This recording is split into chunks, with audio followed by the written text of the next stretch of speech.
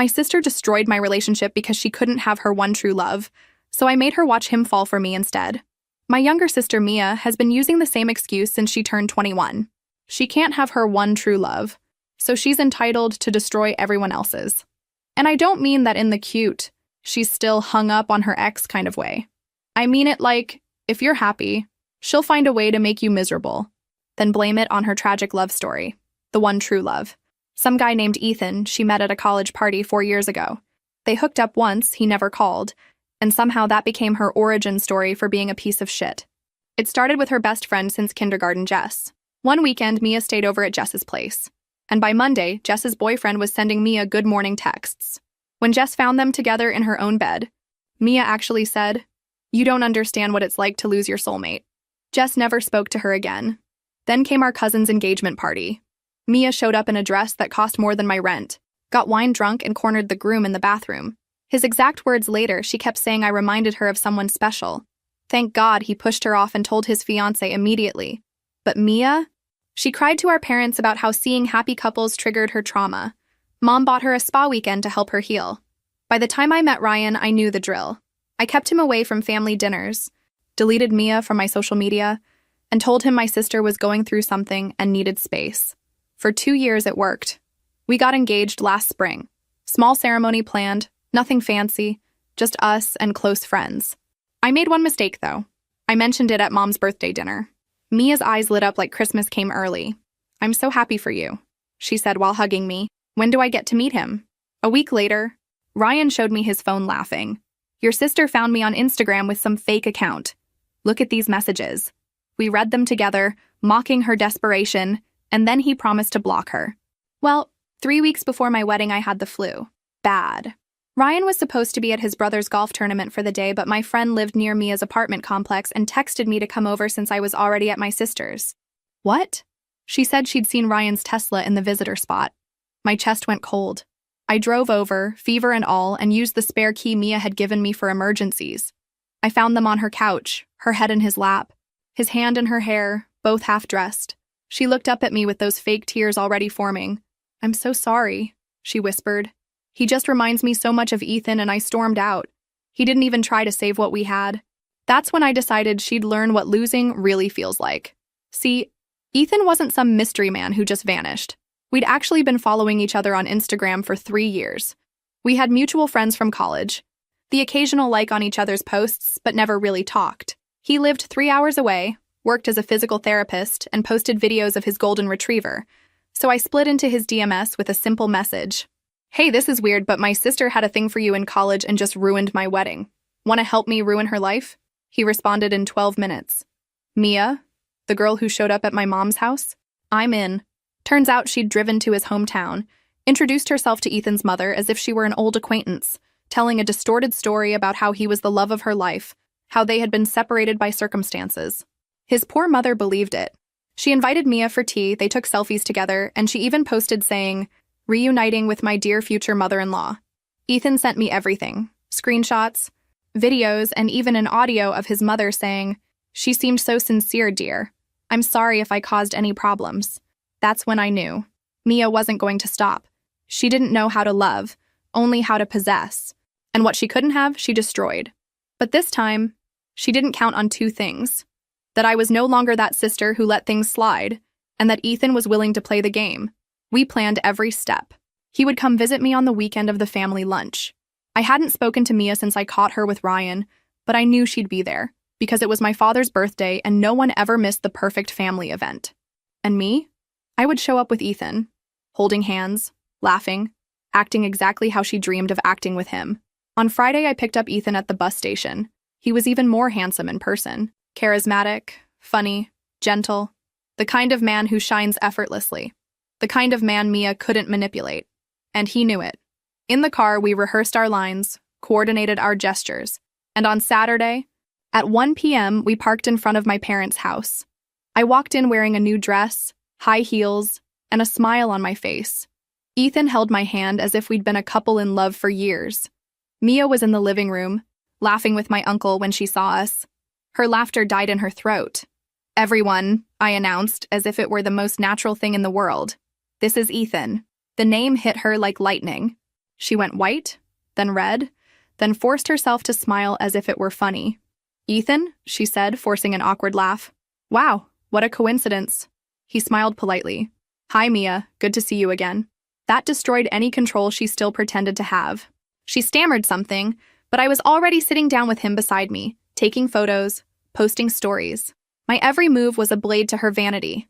During lunch, she tried to make conversation with him, reminisce about something from college that never actually existed. But Ethan made sure to look at me the whole time, call me love, put his arm around my shoulders. And every time he did that, Mia pressed her lips together as if she were swallowing glass shards. After the birthday toast, she finally couldn't take it. She locked herself in the bathroom. I followed her. I knocked on the door until she opened it. "What do you want now?" she asked with smeared makeup and a pleading look. "Just came to see if you're okay," I replied with fake concern. "After all, it must be hard to see a soulmate in your sister's arms, right? You're doing this just to hurt me.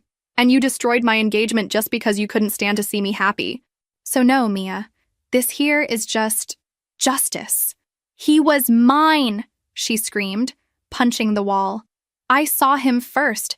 I felt it first." "No, Mia. You saw him once. And he never wanted you. You invented a love story in your head and used that as an excuse to be cruel to everyone around you. But now, you're going to sit and watch him love me. Because unlike you, I didn't have to beg." She collapsed on the floor, crying loudly. Mom knocked on the door, asking if everything was okay. I opened it and walked out with my head held high. I went back to the living room and sat next to Ethan. He kissed my forehead and whispered, "She's going to lose it even more. Are you ready?" I smiled. I've never been more ready. The next day, the repercussions were already visible. Mom called me early, asking for empathy. She said Mia had spent the entire night crying, that she was fragile, and that I should have avoided provoking her. "Provoking?" I asked, laughing humorlessly. "You think showing up with my boyfriend at a family gathering is provoking? Or is it that Mia just can't stand to see anyone happy without her being the center of attention?" She sighed on the other end of the line, as if I were the problem. "Honey, your sister has a sensitive heart. She gets attached easily." "Sensitive?" I interrupted. "Mom, she slept with my fiancé. She destroyed my wedding. And you're worried about her feelings?" I was feverish, alone at home, and she was lying with him on the couch, remembering Ethan. "You're not going to flip this around. Look, let's talk another day." And she hung up. At that moment, I realized no one there was going to defend me. The whole family always treated Mia like a broken ornament, but they forget she also has claws. She always had them. Only now, those claws were turned on herself. On Monday, Ethan was still in town. I decided to take him to brunch with some of my friends, those who knew everything Mia had been up to since high school. He was a showstopper, polite, gentle, charismatic, and completely devoted to me. The girls exchanged glances, enchanted. Some even whispered things like, "This revenge is too beautiful." But the best part came in the afternoon. Ethan posted a photo of us on Instagram. The two of us hugging in a park, simple caption, "Sometimes love appears when you least expect it." The comments started discreetly. A cousin, a former classmate, heart emojis, but then Mia showed up. Kmia.soulmate commented, "This is disgusting. You know what he means to me." Ethan liked her comment and replied, with surgical precision, "We hooked up once, Mia. Once. And you followed me down the street the next day. That's not love, it's obsession." Boom. In less than an hour, the post became a topic in our social circles. People who had known Mia since high school started commenting things like, "Finally, someone said it." I always thought the way she talked about him was strange. Karma exists. She stayed silent on the post, but sent me a series of voice messages on WhatsApp, crying, screaming, asking how I could use him against her. One of the voice messages ended with, "You're destroying my life for revenge." I replied with a simple text, "No, I'm just showing how to rebuild after being destroyed, something you never knew how to do." And then, without any ceremony, I blocked her. But I still wasn't finished. Not yet. I knew she wouldn't let it go easily. And sure enough, on Thursday night, I got a notification. Mia had made a post on Instagram. A selfie with a crying face, swollen eyes, that low bedroom lighting. And the caption, "It's hard to see your sister steal the man you love. Laugh at your pain and be applauded for it." I'm not perfect, but no one deserves this. Over 1,000 likes. People commenting, "Stay strong, take care. You'll get through this." And what hurt the most? Some people close to me reposted it. The next morning, I went to my parents' house. Mom answered the door, surprised. "What are you doing here?" "I came to talk with everyone." I walked in. Dad was in the living room. Mia came down the stairs as if she were at a funeral, in sweatpants, hair tied back, that "I'm the victim" face. "Did something happen?" she asked, almost sweetly. "Something did happen. Enough of you manipulating everyone and coming out like you're the poor victim." I stopped in the center of the living room, looked at both of them. "Mom, Dad, did you see the post? Do you really think it's fair? Do you remember who destroyed whose engagement? Honey, this isn't how you solve." Mom tried. "No, now you're going to listen." I turned to Mia. "You seduced Ryan. You stabbed me in the back. You said sorry with fake tears and thought you'd continue being the family princess. But now the tables have turned. Now you're the one on the ground, crying. And no one's going to save you this time. Because it's not a sad post that will erase the screenshots, the voice messages, the testimonies. Everyone saw who you really are." The mask fell. Mia, she stayed silent, crying. Dad looked down. "I'm tired of being the forgotten daughter while you put on little shows. Enough. The stage is mine now. And the audience? They're on my side." I left without waiting for an answer. In the car, Ethan was behind the wheel, with the radio on and a coffee for me in the cup holder. "So?" he asked. "It was beautiful," I replied. "She finally saw that she has no control anymore." He smiled. "You know what? Getting revenge on her was more therapeutic than I imagined." "Yeah. And you know what's better?" "What?" "Part 2 is still coming." Part 2 began with an invitation. The launch party for my friend Andre's new restaurant, a chef known around here, with local influencer presence and lots of social media coverage. Mia, of course, was obsessed with this type of event. She always pretended to have a life she didn't. Posted photos in store mirrors, pretending to own the clothes. Ordered expensive food to take photos and return it through the back door. That was it. Appearances. But this time she wasn't on the list. I was. And so was Ethan. We arrived on the right foot. Literally. The entrance photographer stopped us to take photos, and one of them appeared on a city events profile with the caption, "Couple of the moment. Melissa and Ethan steal the scene at the opening night." Mia saw that the next day. Of course. Posted on her stories the classic indirect. Some people need the spotlight to feel alive. I prefer depth. Depth? From who? From someone who threw herself at my fiancé's lap 3 weeks before the wedding and was now crying on the internet because the guy she barely knew became my boyfriend? The following Saturday, another event. Amanda's wedding. Our cousin. Mia had always been very close to Amanda. She probably expected her friend to neutralize the situation and ask me not to bring Ethan. But Amanda called me personally. "Mel, please come and bring him. Everyone already knows what happened, and I don't have patience to pretend anymore with Mia. She needs to learn that the world doesn't revolve around her." Mia was there. Alone. Dressed too tight. Flawless makeup. Plasticized smile. Pretending she didn't see us when we walked in. Ethan hugged me by the waist, kissed my cheek from time to time, and all she could do was watch. But the scene that made the night worthwhile was during the bride and groom's dance. Amanda, very discreetly, called us to dance beside them. Ethan and I were there, in the center, spinning slowly, when Mia tried to approach. For the first time, she seemed disarmed. "Ethan, can I talk to you?" she asked with that look she thought was irresistible. He let go of my hand, looked at her and said, with complete calm, "No, I'm busy loving your sister." Mia froze. I took a deep breath, looked at her and added, "And for the first time in years, I'm being truly loved, something you never understood, because you only know how to confuse attention with love." She took 2 steps back, with tears in her eyes, and tripped over her own dress hem. No one laughed. It was worse. Everyone ignored her. That hurt more. She left the hall a few minutes later. And me. I kept dancing. For the first time in a long time, feeling like I was the one who had won. But my favorite part was still to come. A few weeks later, I was invited to participate in a podcast about overcoming and new beginnings. I didn't use names, but I told the story. The one about the narcissistic sister, the unfaithful fiancé, the calculated revenge, and of course, the unexpected love. The episode went viral. People from all over the country sending messages, congratulating me, saying they identified with it. Mia listened. I know she did, because the same day she sent a message to my DM. "Do you really need to expose yourself like this just to get applause?" And I replied without hesitation, "It's not exposure. It's liberation. I lived years in your theater. Now the story is mine. And so is the stage. She never replied. In the following days, I learned from third parties that Mia was becoming reclusive. Some brands she was trying to partner with cut contact. People started commenting about her obsession with Ethan. The reputation she fought so hard to build with filters and ready-made phrases began to crumble. And it wasn't me who brought it down. She sank herself. And me? I kept living. Ethan was no longer just a piece in my revenge. The truth is that, in the middle of all that chaos, he became shelter. A shelter that came disguised as an ally. But today was a true companion. And every day that passed, I saw what Mia tried to destroy only made me stronger. And she, who always wanted to win through manipulation, now only had silence as company. The first time I realized I wasn't thinking about Ryan anymore was on an ordinary morning, weeks after Amanda's wedding.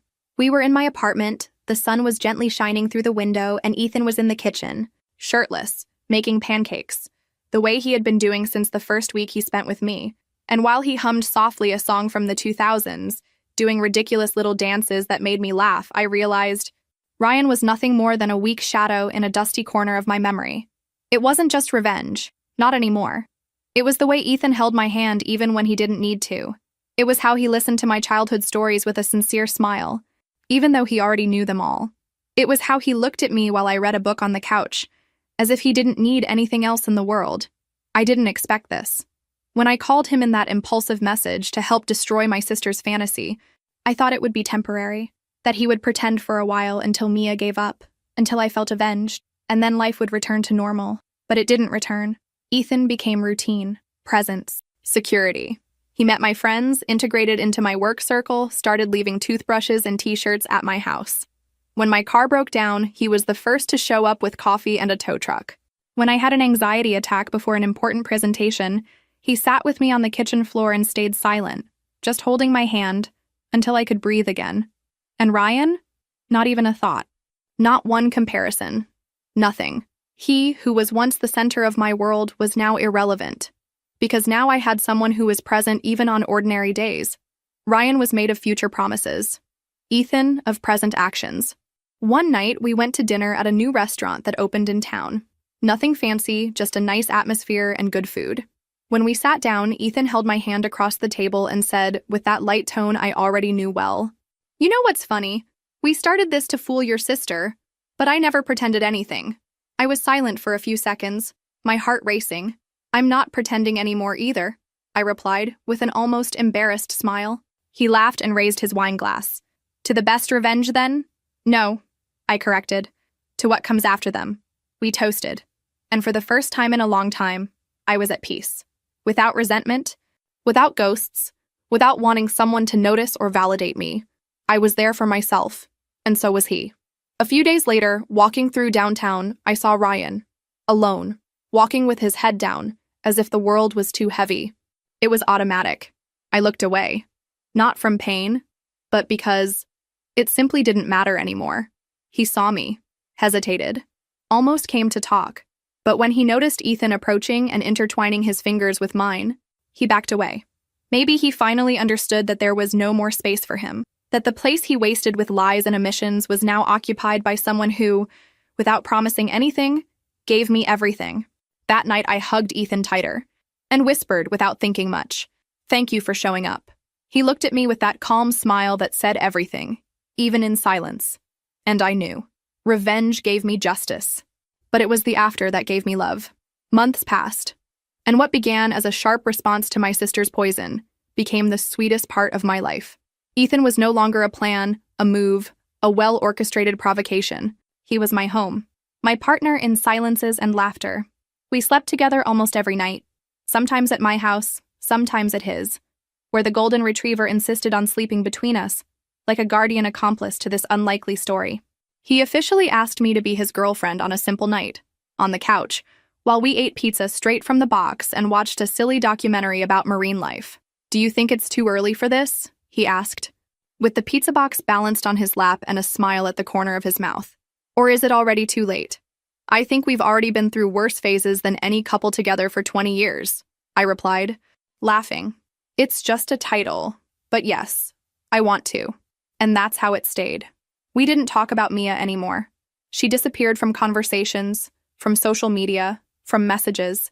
She blocked Ethan on everything, even though he never sought contact. She told acquaintances that she would never forgive me, that I had stolen the love of her life just to rub in her face what she couldn't have. She didn't bother to admit that she destroyed my wedding before all of this. But you know what? I didn't care anymore. At first, I thought I would care, that I would keep dwelling on the fact that she didn't acknowledge her own guilt, that I would beg for an apology that never came. But the truth is that the freedom I felt when I stopped wanting Mia's approval was the greatest gift that whole chaos gave me. She didn't forgive me. She didn't come to my birthday. She didn't respond to my mother's messages about Christmas. She stayed away, hurt, revolted. And me? I moved on. I traveled with Ethan to the countryside, met his mother, this time officially, helped paint the wall of the new clinic he opened, learned to deal with the messy dog, and little by little, we built a routine that was light, true, without masks, without games. There was a day when we were lying in the hammock, just listening to the wind and the sound of birds, when he said to me, "Do you still think all of this was just revenge?" I thought for a few seconds, and then I smiled, turning my face to him. Maybe it started that way, but it ended up being the best thing I ever did for myself. He kissed my forehead, and we stayed in silence. Revenge became love, and ironically, that's what must have hurt Mia the most. She always wanted to be the center, the most beautiful, the most desired, the most worthy of attention. But it was offstage, away from the script she always tried to write, that I found what she spent her whole life pretending to have. I was never the family highlight. I was never the most loved. I was never the perfect sister. But I was the only one who knew how to transform pain into strength, rejection into freedom, and revenge into love.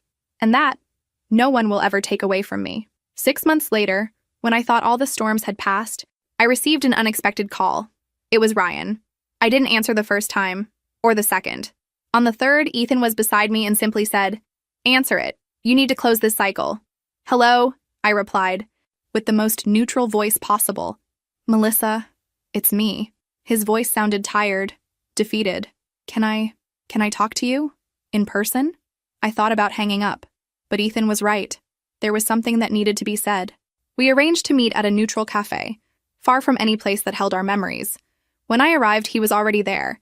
Disheveled hair, deep dark circles. He seemed to have aged years in just a few months. "Thank you for coming," he said, without looking me in the eyes. "What do you want, Ryan?" He sighed deeply. "I wanted to apologize, really, and explain." "Explain what? That you were holding hands with my sister 3 weeks before our wedding?" "It wasn't like that," he murmured.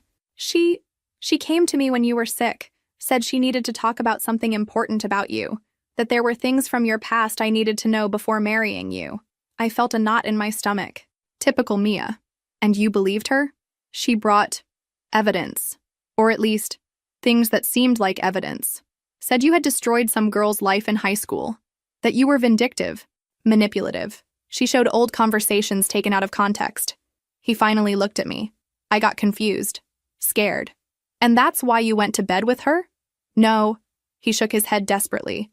"She said she had been in love with me since we met, that she just hadn't said anything because she respected you, that if I canceled the wedding, she would be there for me. I was drinking, I was confused with everything she had told me about you." "Ryan," I interrupted, "none of that justifies what you did." "I know." Tears began to form in his eyes. 5 minutes after you left, I understood. I understood that she had manipulated me, that all of it was lies, that I had destroyed the best thing in my life because of her. I remained silent for a long time. "You know what hurts me most, Ryan? It's not even what you did. It's that you didn't trust me. In 2 years together, you believed her words more than who I really was." He lowered his head. "I tried calling you afterward. 1,000 times. I went to your house, but you were never there. Until I saw the photos with him, and I understood it was too late." "It was too late the moment you put your hand in her hair," I replied, standing up. "But thank you for explaining. It helps me be sure I made the right choice." He looked at me one last time. Are you happy with him?" I smiled for the first time during the entire conversation, happier than I imagined I could be. And I left, without resentment, just with the certainty that some doors need to be closed for others to open completely. The conversation with my family was harder. It took 3 months before my mother called asking us to talk. She suggested lunch, just the two of us, to work things out. I found a different woman, older, more tired. The wrinkles around her eyes seemed deeper. "How are you?" she asked, hesitant. "Good, Mom. Very good." "And Ethan?" "He's good, too. We're good." She nodded, nervously fidgeting with her napkin.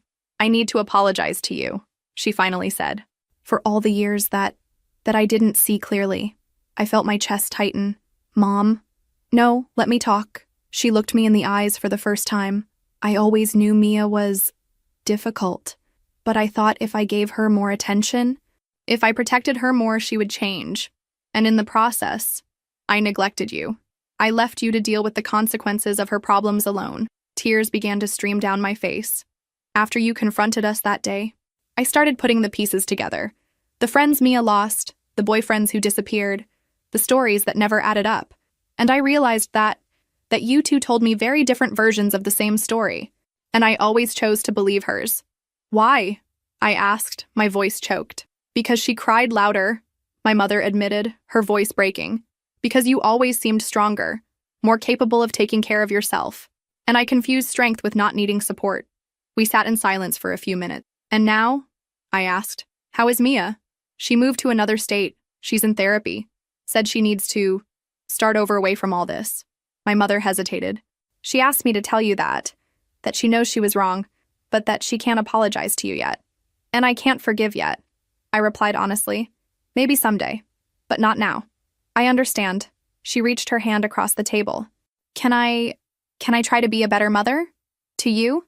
I held her hand. "We can try to be a better family, but it will take time." She smiled with tears in her eyes. "I have time." A few weeks later, my father showed up at my house. Without warning, with a bouquet of flowers and the face of someone who didn't quite know what to say. "Can I come in?" he asked, timid. "Of course, Dad."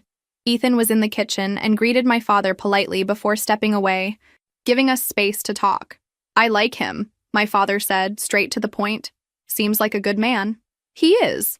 I came here because your mother said you two talked, and I realized I never apologized to you." My father was never one for many words, so this surprised me. "I always knew Mia was problematic," he continued, "but I thought it wasn't my problem, that it was women's business, that your mother would solve it. But in the end, you both suffered. And you especially." "Dad." "No, daughter. Let me finish." He sat on the edge of the sofa. "I failed as a father. I failed to protect you. I failed to educate her. And I failed to teach you both that sisters should support each other, not destroy each other." I felt a lump in my throat. "Your mother told me about Ryan, about what she did to you." He shook his head. "If it were me, I would never forgive. But you found a way to transform all that pain into something good. And I'm proud of that. I'm proud of you." They were the words I had waited my whole life to hear. "Thank you, Dad. Do you think there's still time for me to be a better father?" I smiled, even with my eyes welling up. "There's always time." That night, I told Ethan everything. He listened in silence, just holding my hand. "How do you feel?" he asked when I finished. "Free," I replied, surprised by my own response. For the first time, truly free. "And about Mia?" I thought for a moment. "I hope she finds her peace. Away from me, but I hope she finds it." He smiled and kissed my forehead. "You're incredible, you know that?" "We're incredible," I corrected. "Us." And it was true. Because in the end, it wasn't just about beating Mia or getting revenge on her. It was about learning that I deserved to be loved properly, defended, respected. It was about discovering that family isn't just who's born with you, but who chooses to stay by your side. It was about realizing that sometimes, to find the love of your life, you first need to stop accepting crumbs from those who never valued you. And today, when I wake up next to Ethan, with the dog sleeping at our feet, I know all the battles were worth it, because they brought me here. To him, to us, to peace,